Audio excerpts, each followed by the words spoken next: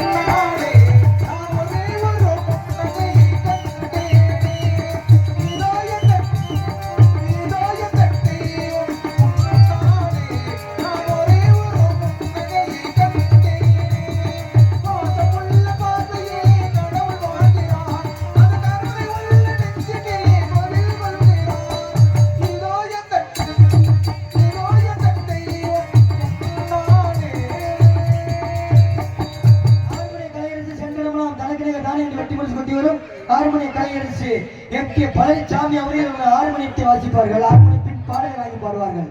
முத்துக்கு முத்தாக சொத்துக்கு சொத்தாக அண்ணன் நம்பி பிறந்து வந்தோம் கண்ணுக்கு கண்ணாக. முத்துக்கு முத்தாக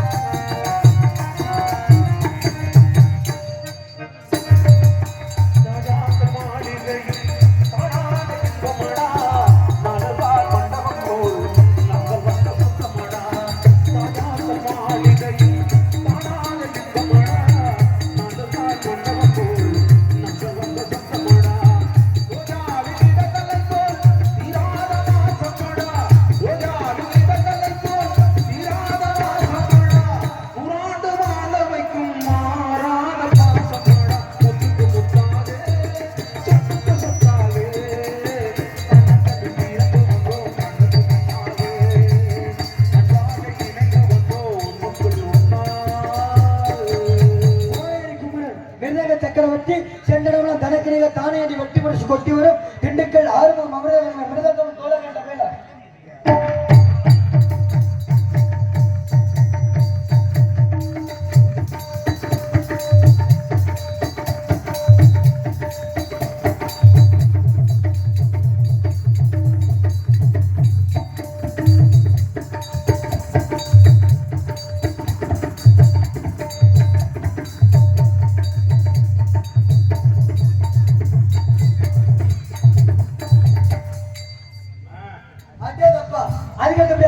பலவாக்கிய புகழ் சென்றடம்ல தனக்கிரிக தானே அடி வெட்டி முடிச்சு கொட்டி வரும் ஆறுமுகம் அவர்களை பல வாத்தியத்தை வாசிப்பார்கள்.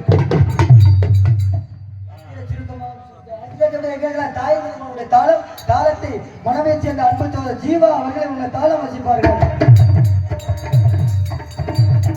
இவர்களுடைய மண்ட சீனமைப்பு ஏவி ரஜினா சிங்கமணி இருப்பிட மணப்பார் என்பதை தெரிவித்துக் கொண்டு அருமையான முறையில் அற்புதமான முறையில் இந்த ஸ்டேஜ் ஏற்பாடு செய்த அன்பு உள்ளங்களுக்கும் இதை அமைத்த கொட்டையக்காரர்கள் மனமான நன்றி வணக்கத்தை தெரிவித்துக் கொண்டு எங்களுக்கு சாப்பாடு ஏற்பாடு செய்த விழாவினருக்கும் அதை உபசரித்த அன்பு உள்ளங்களுக்கு மனமார்ந்த நன்றி என்ற வணக்கத்தை தெரிவித்துக் கொண்டு நாங்கள் எல்லாம் மெதுவாக பேசினாலும் உங்கள் செவிகளுக்கு தெல்ல தெளிவாக எடுத்து உழைத்துக் கொண்டிருப்பது டிப்பு ரொம்ப டாப்பு, மைக்கு ரொம்ப குயிக்கு, லைட்டு ரொம்ப வெயிட், சென்றடம்ல தனக்கிரிக தானே அடி வெட்டி முடிச்சு கொட்டி ஒரு ஒளிபெருக்கி உரிமையாளர் தென்றல் தென்றல் தென்றல் ஆடியோ தென்றல்.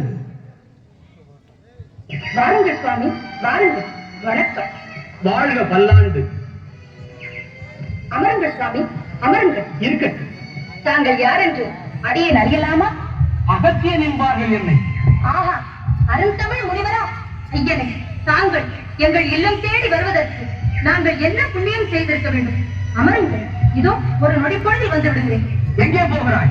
தினந்தோறும் காலையில் மலர்களை பறித்ததும் என்னை பெற்ற அன்னை தந்தையருக்கு பாத பூஜை செய்வது வழக்கம். அதை முடித்துவிட்டு இதோ வந்து விடுகிறேன். ஓஹோ, அன்னை தந்தையின் சேவையை அவ்வளவு உயர்வாக கருதுபவனா நீ? ஆம் சுவாமி, என்னை பெற்ற அன்னையும் தந்தையும் ஆசிரமத்தின் உள்ளே இருக்கிறார்கள். என் தாய்க்கு கண் பார்வை இல்லை, தந்தைக்கு ஒரு கால் இல்லை.